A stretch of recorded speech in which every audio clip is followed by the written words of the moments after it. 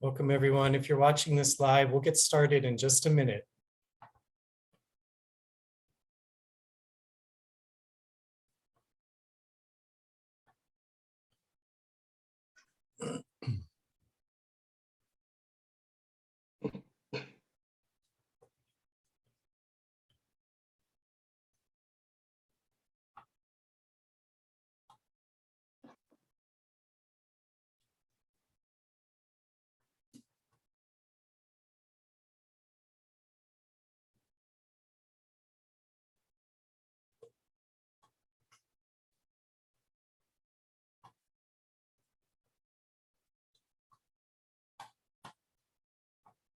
Just another minute, Mary, if you don't mind. Sure, we'll wait.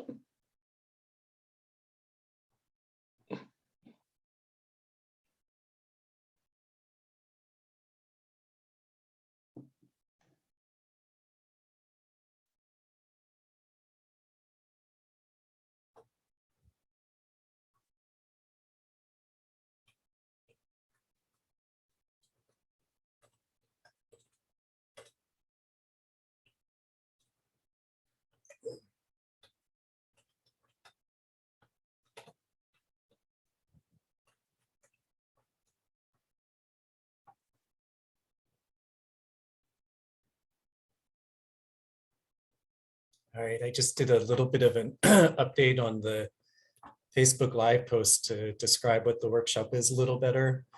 And Okay. Mary, I would say let's go ahead and I'm seeing some people pop on and off on Facebook watching live. So Awesome. I'll just say this is part of the ongoing Fix It Fair at Home offerings of community resources. I'm Wing Grabowski. I work for the City of Portland that puts on the Fix It Fairs. And I'm very excited to welcome Mary, a volunteer with Financial Beginnings. Thank you for joining us, Mary. Thank you for having us. Super excited. Thank you, everyone.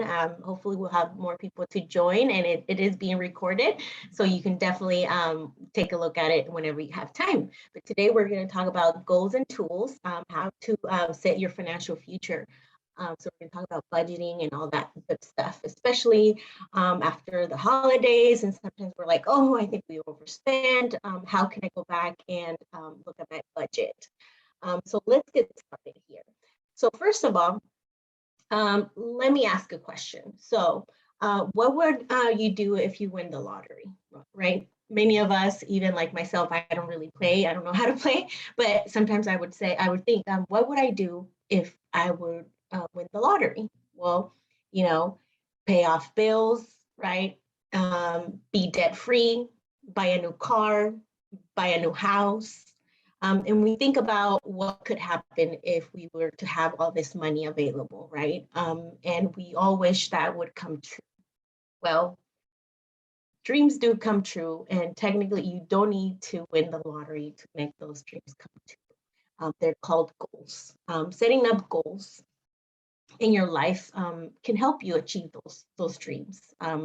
Either if you want to buy a home, right? If you want, for example, for long term, these are different definitions on specific goals, as in for time, long term, intermediate, or short term. So when we're talking about long term, we're talking about retirement, college funds for kids to make sure they go to college, or if we want to buy a home, right? Or sometimes we can even maybe add a business there too, right? What about if we want to have a business later on in life, right? What about if we want to get married, purchase a car? We've probably been driving the same car for many years, and maybe we want something new, right? And so that could also be a goal. Or if we talk about short-term goals, we talk about, going on vacation, or even buying the next new smartphone, right? Or a specific gift that you want to give yourself. So understanding goals for you, those are dreams. So we call them dreams, but they can become a reality if we put them as goals. So this webinar, we're going to talk about specifically how those goals can become into your budget, and then they can become a reality in your life. So first of all, we're going to talk about how the SMART goals work. So before we understand anything of what type of goals we want, we really want to understand how we can create those goals. So I'm going to talk about specifically what it means. So the S means specific, right? So what do we want to achieve? What's the benefit of the goal? Why is it important to you, right? Those are really important questions to have of understanding. Why? Because you want to make sure that you are thriving and you are wanting to achieve those goals. So you want to make sure you ask yourself those questions. And for measurable, how much, right? How long, right? Is this going to be a long term or short term or a middle goal, right? So you want to make sure you're putting yourself in different measurements, like if I'm doing a longer goal, if am I doing a shorter goal, and you want to keep yourself motivated with those short goals, right? So really think about how many, how much, and don't overwhelm yourself on how many you actually you put yourself or you establish yourself on goals. Make sure you're able to measure those goals. Attainable. Is this goal something that you can actually reach, right? I always tell my daughter, well, the sky is the limit, right? But do we really want to we want to make sure that we're being honest to ourselves, right? Is this something that I can actually reach? And if so, how long is it going to take, right? How am I going to get there too, right? There's going to be a step process and we're going to go through it right now of how am I actually going to reach that goal. Relevant. Is this something I really want? Is it something that I want now? Or how long do I can wait for this, right? And so that's something I was talking in the beginning, right? It's something that you really have to ask yourself and be honest to yourself, so you're more motivated for those goals. Time-based, the date. It's really important to look at that date because it's more of a reminder, right? I mean, now we're in 2022, and for me, it's really hard to even think we're in 2022 because obviously it just happened, but it's just time goes by so fast, right? As we get older, it seems like time even goes faster. As we get busier, it even goes faster, right? So it's really important that you put and highlight the time, right? Put the date, right? And make sure it's a constant reminder that you have to work towards that goal, and seeing that date will help you. So now, for those that are following us on Facebook, and if you don't have the activity with you, if you visit Financial Beginnings website, or the Fix a Fair link, the Financial Beginnings is also there. You can go ahead and download a worksheet that would help you how to start your goals and your budgeting and how to see things differently. That would be on page 4 and 5. So I invite you to visit the website to download the information, and you'll find it very useful. So we'll go ahead and skip on this because I'm not going to share the activity. Since we might not have anybody participating at this time. However, on your own time, when you have free time, feel free to download the workshop, and then you'll see the activity and do it on your own. It's super fun. You'll be able to have a vision of those goals that you really want to set up yourself. However, we all know that life can be busy, as I said, and life can also be very expensive, right? There's always those expenses that come along that we're like, okay, well, I do have to live somewhere. I do eat. I do need transportation, right? So those are some of the expenses that we really need to think about when we are setting up those goals, because you have to budget that expenses to be able to set money aside for your living expenses, and then what you're going to put aside to achieve the goal you want. So ask yourself, how much will this cost, right? Depending on the goal you want, right? How much is it going to cost me, right? For example, I have a couple of examples here. Education, if I want to go back to school, right? Or maybe if I just got an associate's and I now want to go back and get a bachelor's, or, or if I just want to start college, right?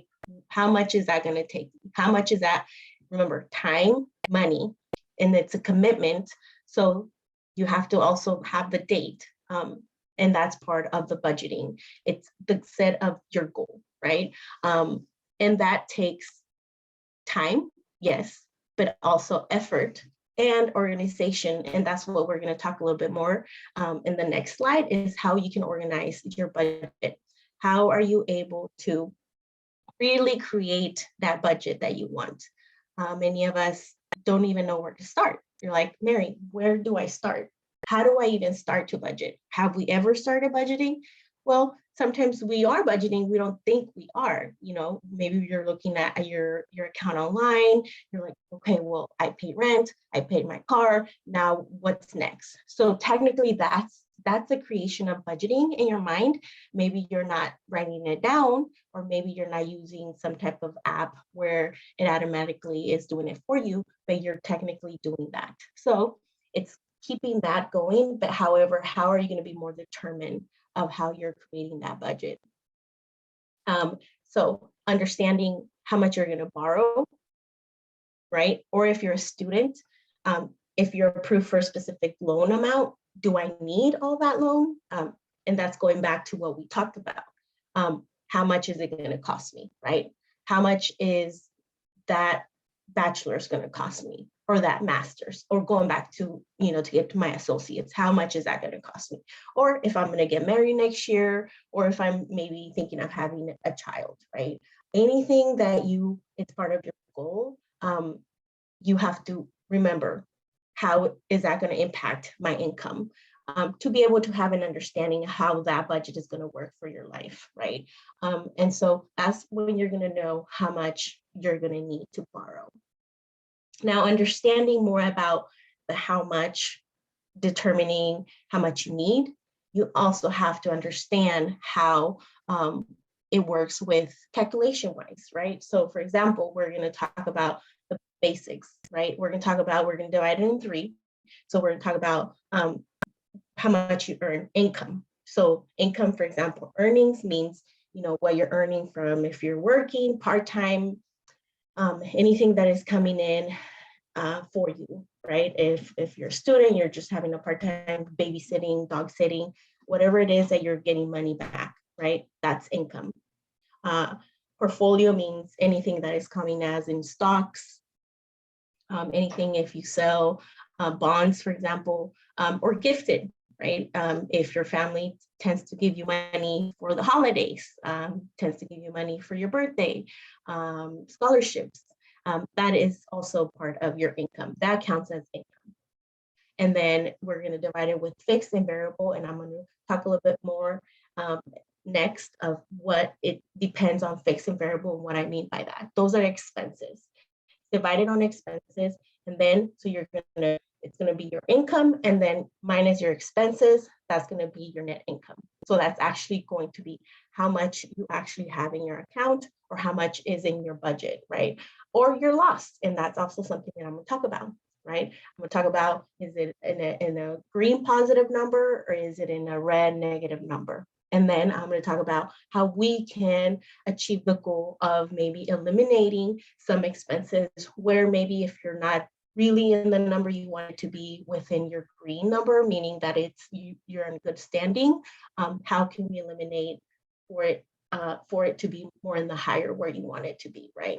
Especially if you are in a loss, which means that you're spending more than what you're earning, and that becomes a loss. So we're going to talk a little bit more about that.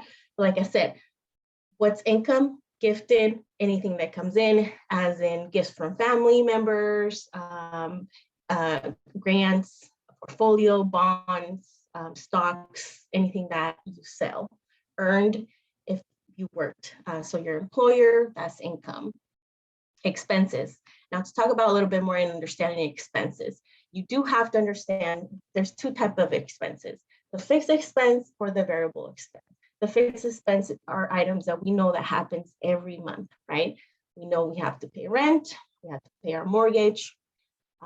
We know that we have car insurance if we drive, or if we use a bus or the mass transportation, we know we have to get a ticket for that, or if we have our loan payments due, right? Or if we pay our cell phone bills or our utility bills.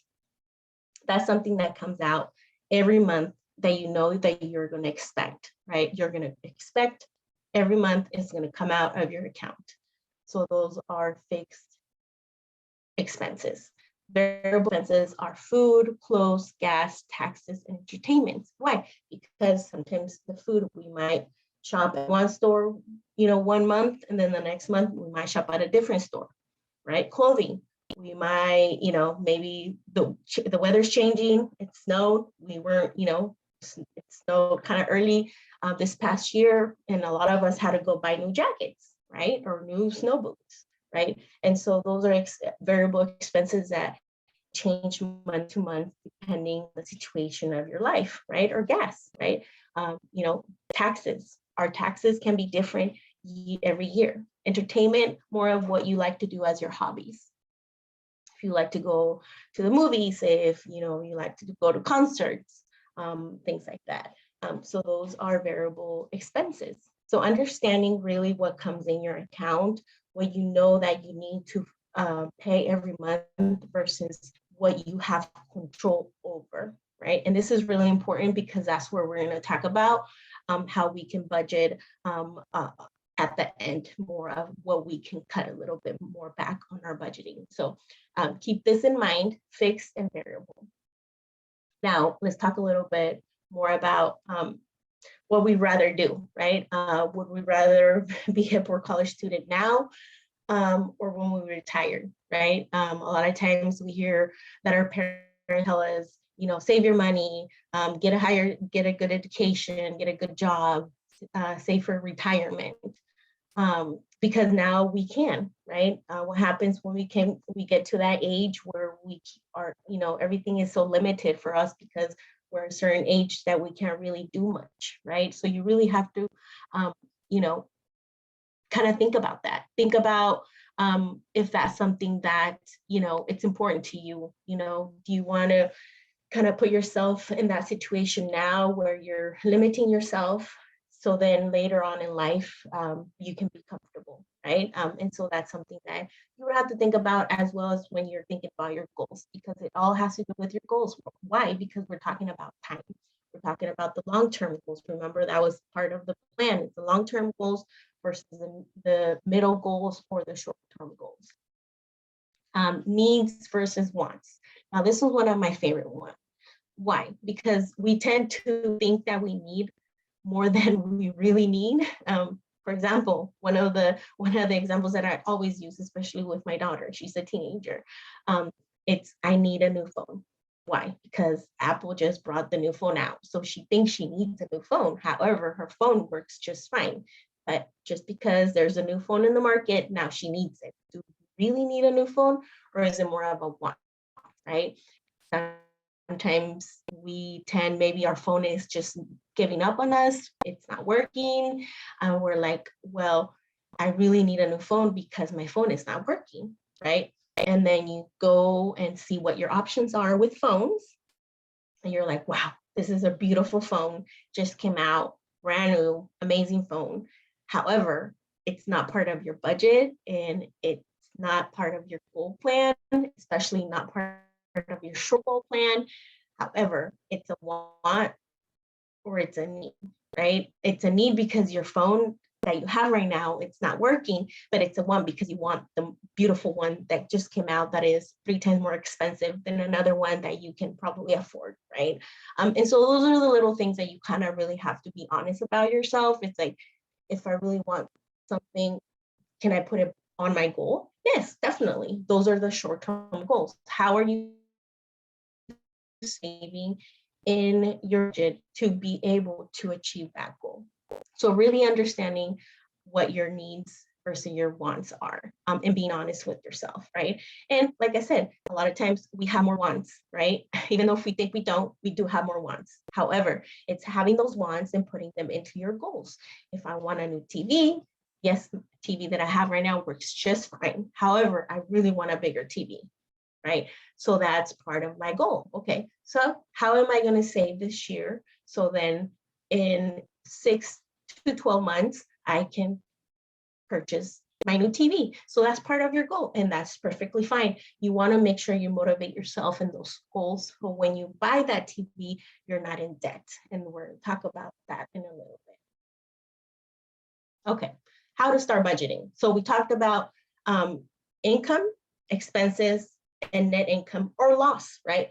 You choose your time period, you project your income with your expenses, you calculate your income and minus with your expenses. And then you talk about your income needs and expenses. So like I said, you really have to be very honest to yourself and be like, okay, this is really truly what my income is, and these are my expenses. You'll be very surprised to see how much expenses are actually leaving and you have and they're leaving your account, especially if you kind of swipe it and swipe it and swipe it, your card, and kind of tend to not really pay attention until you really, really calculate and you look at your budget as a whole, and then you tend to really see the difference, and you get more control over your money after you physically are seeing everything that comes out of your account. So really understanding how your expenses work. Now, remember that I said we talked about really remembering what your fixed expenses were. Well, this is where why I was saying that it's really important to remember, because that's where we're going to know where to cut, right? So we're going to remember, okay, these are my fixed expenses. I know I have to pay rent. I know I have to pay my mortgage. I know I have to pay my phone. I know I have to pay internet because I'm a student, because I work from home. Whatever you know that has to be done every month, then you know that those are fixed. However, what's variable expenses, right? Where I shop for groceries. Do I, am I spending more on my Amazon online now that I'm home more, right? Where am I spending that extra money, right? Am I out, going and getting coffee instead of making my own, right? And so those are the expenses that you can control, and those are the expenses you want to cut, right? For example, in my case, after working from home for almost 2 years, I tend to have more apps on my TV. So, Hulu, Netflix, and all that good stuff, right? And I was like, hold on, I have too many, I'm paying too much, right? So you're reflecting on those expenses that you're really saying, okay, how am I limiting myself and cutting back on some expenses that I can control that I don't need, right? Yeah, they're my wants, but they're not my needs, right? And so those are the conversations you have to make for yourself to really understand what you really have to budget. And like I was talking about, right? So those are budget boosters, we call them, unexpected expenses, right? Or sometimes we just think about, oh, what if, right? Scenarios. So really have to think about those scenarios when they come, and really understand and be ready for anything that comes in life, because we don't know, right? We don't know flu season, anything that can happen. How are we ready for anything like that? How are we ready for an emergency situation as well, right? Is that going to be part of your goal? That should be part of your savings, right? How are you saving within your income for those expenses as well? So that's also a conversation that we can definitely have. I know it's a longer conversation, but we'll have a lot of more amazing webinars that we could talk about more about that. It's also great to keep that in mind. It's like, how are we going to save for any emergency money that we need for anything that happens? If your car breaks down, like I said, if you have any medical needs that you weren't expecting, right? And so how am I budgeting to have that available? And that's probably something that maybe you can also put on your goals, right? I want to be able to have a certain amount of money every year for any life expenses that happen, right? And so maybe you're thinking, well, Mary, you're bringing a lot of information. However, I'm getting overwhelmed because when I log into my account, it's just numbers, descriptions, things that I don't know what it is. Well, let me tell you, even though I am part of an institution, I can also get very overwhelmed. So how do we keep track? There's a lot of resources for you to keep track, right? We want to do old school, the old register, go for it, right? I always say, if you want to go ahead and do that, if you want to notate it, put it down, write it down, definitely feel free to do that. However, never put personal information like your account number, things like that. If you just want to write down numbers and descriptions instead of, going too detailed, that's fine in case you lose it or anything happens and nobody has your personal information. There's also great apps out there like Mint. I have a lot of friends that use Mint.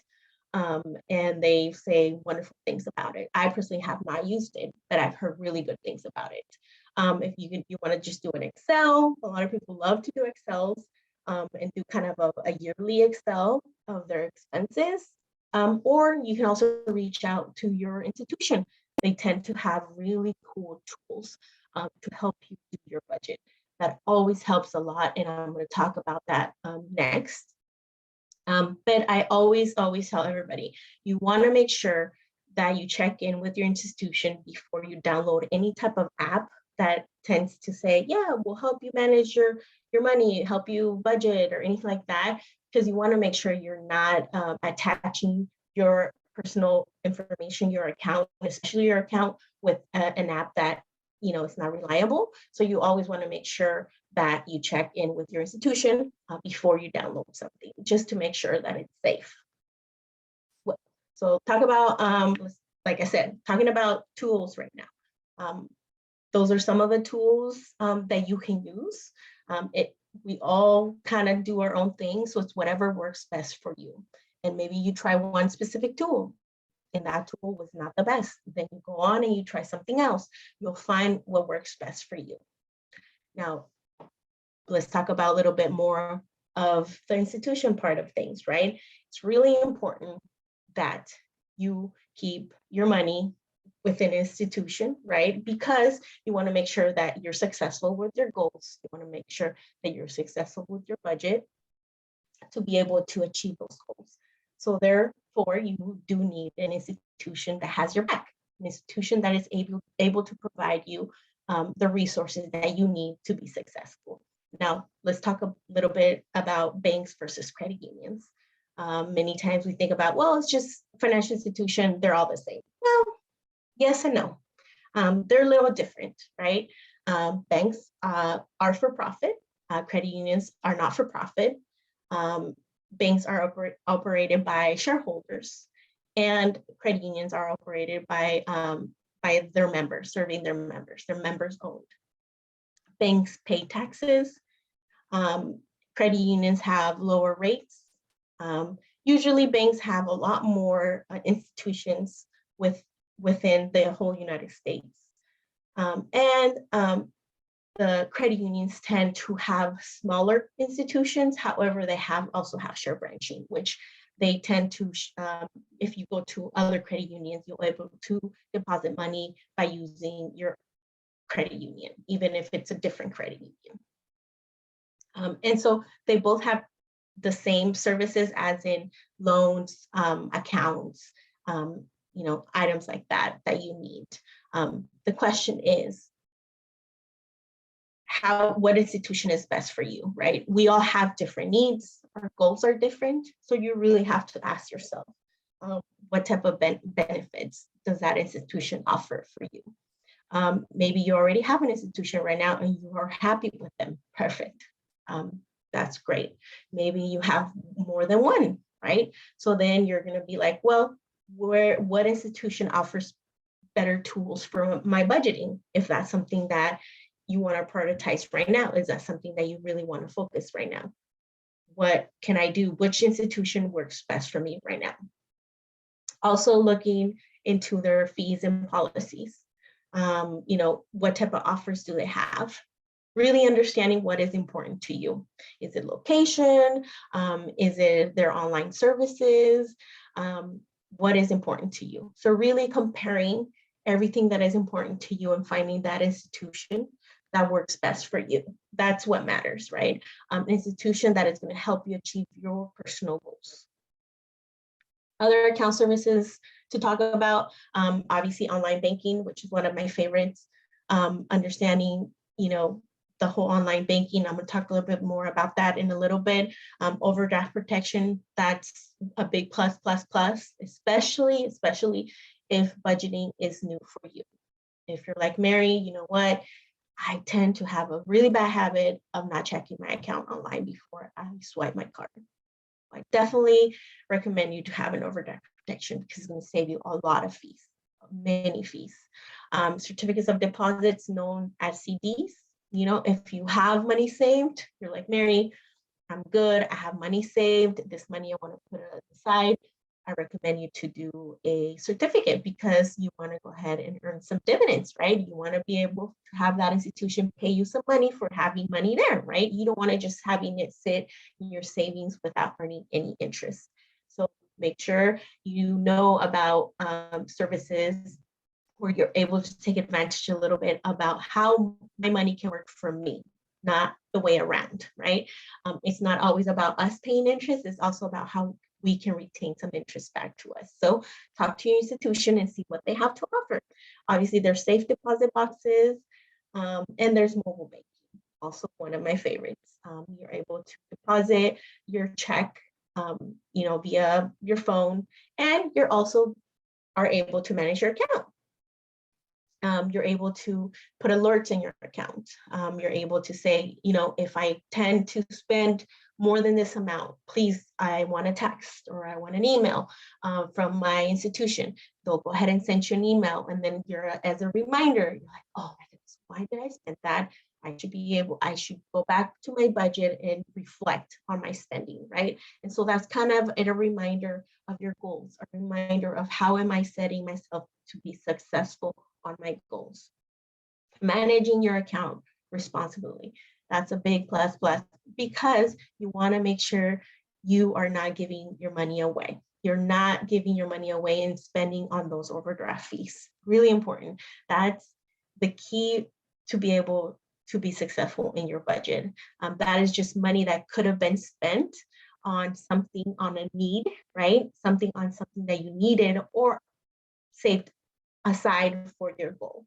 So being able to check your account, look at what comes out of your account. Sometimes we tend to see little things like, oh, this was just 99 cents. I don't know what it is, but I'll just ignore it. Well, 99 cents every month does add up, right? That's $12 a year. Times that for 5 years, you can imagine how much that is. So money goes a long way, even if it's a small portion. You want to make sure that you're paying attention to every single activity that you see, because sometimes that's red flags of fraud. Sometimes it's somebody or some company or provider, they have your information, and so they're taking money out without your permission. So you want to make sure that you're also looking at your accounts to be able to alert your institution that that is not yours, that you need to cancel your debit card or credit card or wherever activity and what account you're using, right? So that's how you are managing and being responsible for your account. One of the things that we need to talk about that I know people get very confused is understanding your balance. Sometimes we go in and we're like, well, this is what it shows. But I went and I, used my card and it got declined. So how am I supposed to know what's really in my account? So let's talk about that. Let's talk about how it's being monitored. So for example, when you use your debit card, you're using your PIN, it comes out directly, right? You swipe your card and it's a credit card, for example, it's a pending transaction, right? And I'm going to talk a little bit more about the difference. That's a pending transaction. It means it's going to take time. It's going to take a couple of days for it to go through.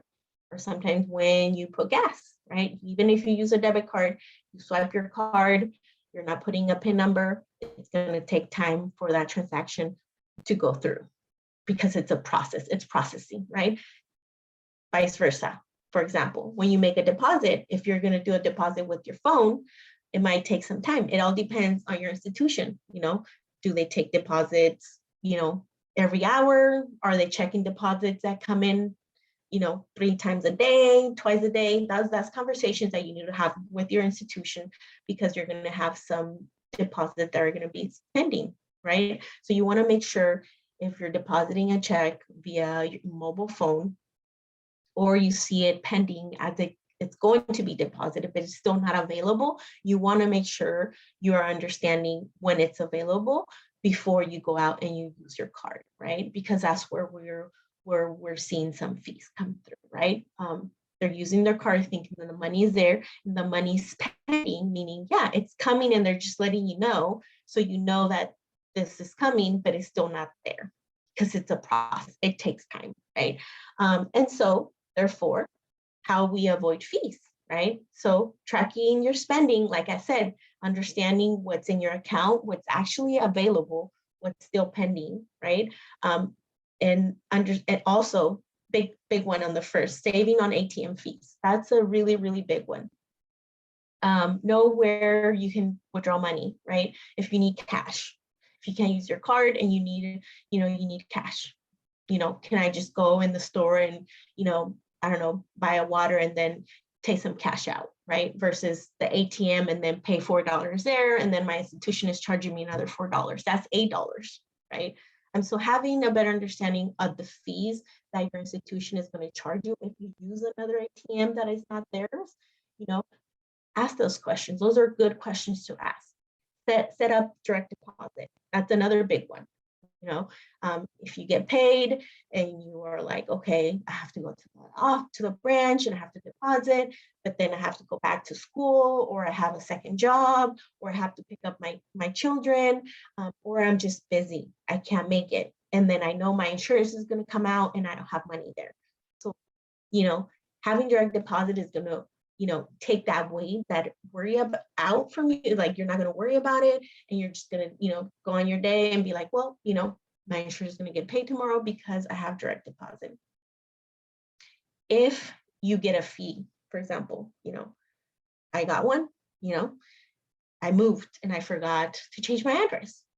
It's like, oh, you got a fee because, no, the mail got returned, and so they did a fee. They're like, hey, Mary, you forgot to change your address. And they're like, oh, okay, here's your $10 back. It's more of them reminding you, you have to be updating your information with your institution because it's personal information, right? They have your money. They want to make sure that your money is safe and everything is safe too, right? So that means that you have to keep your information with them accurate, right? And so, they reverse the fee. Remember I was talking about overdraft fees too? Okay, this is a really important one too, right? If you forgot that your insurance was going to come out tomorrow, couldn't get to the institution, and they charged you a $35 fee, talk to a supervisor, talk to a manager, let them know, hey, you know what? I couldn't make it. Let me go ahead and set up direct deposit.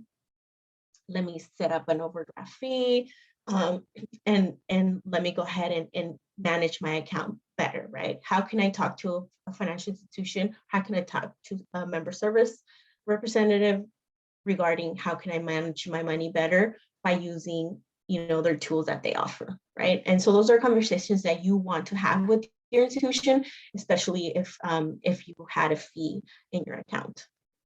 Now let's talk a little bit about debit versus credit. We tend to get confused because they both have, either Visa or MasterCard or, whatever symbol they have outside. And we tend to get confused regarding what's the difference between a debit and a credit. Well, debit card, your child, your teenager, can have a debit card, obviously with your permission, because they're minors, right? So for a minor account, you need to be in their account until they're 18 or older, right? And so with your permission, they'll be able to get a debit card. Versus a credit card, for some institutions, it's 18 with a cosigner, or 21. For a debit card, it's actually your money. Whatever you have available, that's what you're spending. With the credit card, it's money that you are borrowing from your institution. So it's like a line of credit, right? So it's like Mary's letting you borrow 500. That is what you have as a limit. Versus if you got paid 500, that's your money. With the debit card, no interest paid because it's your money. Versus a credit card, yes, I'm going to charge you interest because I'm letting you borrow those $500. So that's difference. With a debit card, there is a PIN, and most of the time is required. Like I said, depends, right? Many gas stations, they don't require your PIN, but some do. So it all depends. Credit cards, Yes, I know sometimes you get a PIN for your credit card and that's to withdraw money. However, you have to take this into consideration that with the credit card, when you're taking cash out, it's a cash advance, right? So you're taking cash out, so you're paying immediately interest on that money that you're taking out. So you have to be very cautious, right? And for the debit card, for if there's fraud or anything like that, you do have to wait a little bit to get your money back versus a credit card. It tends to be a little much faster with those because those are more of a pending transaction versus a debit. It's more of it's out of my account immediately because it was my money. And then with the debit card, it does not build credit because it's your money. You're just using your debit card versus your credit card. It is building within your credit report. So you are building credit.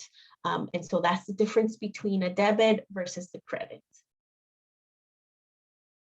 Okay, so going back to the tools, what we talked about, analyze. We're analyzing our goals.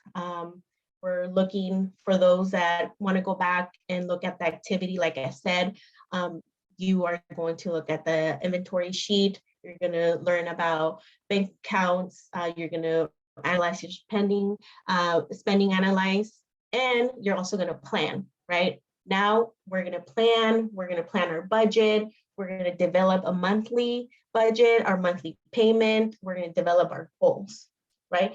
And it's okay if your goals change because life situations change, right? So we're like, okay, you know what? This goal is just going to have to move for 2024. That's fine. It's okay. It's your goal. It's your plan. But you just have to remember, you have to be consistent on your goals, and you have to remember, you have to be very honest on what you're achieving. So you have to ask the SMART goals questions that we talked about at the beginning. Adjust. I did talk a little bit more about that right now. Setting up reminders, adjusting necessary objectives, because at the end of the day, it's your goals. They're your goals. It's your budget, and you have to be able to adjust it, right? And you also have to be able to, let yourself know, okay, it's okay. I can make it. It didn't work this time, but how can I do it again? How can I make it happen this time? What happened in that situation that this goal didn't plan out to be what I thought, and I didn't get to where I wanted to get, right? What did I learn from my mistakes, and how can I adjust that? And that's really important to remember that. Review, implement. And it's okay if you make mistakes. You just learn from those mistakes. And that's what I have for today. I hope you guys enjoyed it, because I sure did.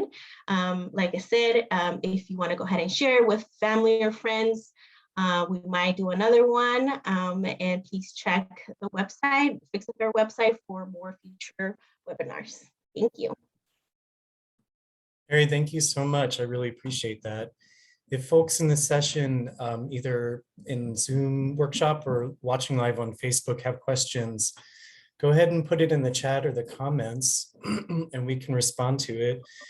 Or otherwise, I'm going to take just a second and put Fix-A-Fair contact info in as well in both places. And we do get folks that will reach out to us with questions about the workshops that are presented. So we always welcome questions. However, folks reach out to us for sure. Yes, please do. So that info's in there. Well, Mary, thank you so much for joining us. And are you returning later this week for the Spanish language session as well? I will be there, definitely. Fantastic. And let me just look up and confirm. That'll be January 25th at 11. I believe so. 11 a.m. to noon. So I know some folks are watching. Just want to put that out there as well. Wonderful. Okay, well, I think that's all we have. Mary, this was really helpful. I know I've sat in this workshop before last season, but I pick up something new every time, and it's really valuable. Yeah, Oh yeah, for sure. Even for me, I always learn something new every day. And, Yeah. you know, technology, everything changes, situations change. So, you know, we have Mhm. to kind of keep updating ourselves and say, okay, Yeah. what's going on now? You know, so Yeah. it's a learning for everybody. One thing that I picked up on was the difference between banks and credit unions. That was interesting. So thank you for sharing Hmm. that. Yeah. And also, I downloaded Mint while you were talking because you mentioned that, Oh, okay. and I've never used Yeah. that. So I thought, that might help me out. Yeah, yeah. My roommate has it, and a lot of friends that I know they have it. For me, honestly, it's just a lot of technology. I'm more of an old school. I write my stuff down. It just works for me. Yeah, They love it, and I mean, they have so many. Yeah, they talk about it all the time. I'll give it a go. Well, maybe next time we talk, I'll have some feedback for you to let Sounds you know good. how it Thank worked you so out. much. All right, Thank Mary, you for well, having. take care. Yeah, thank you for joining us. And I will see you again very soon. Yeah. Okay, bye for now. Bye Thank you, bye. everyone.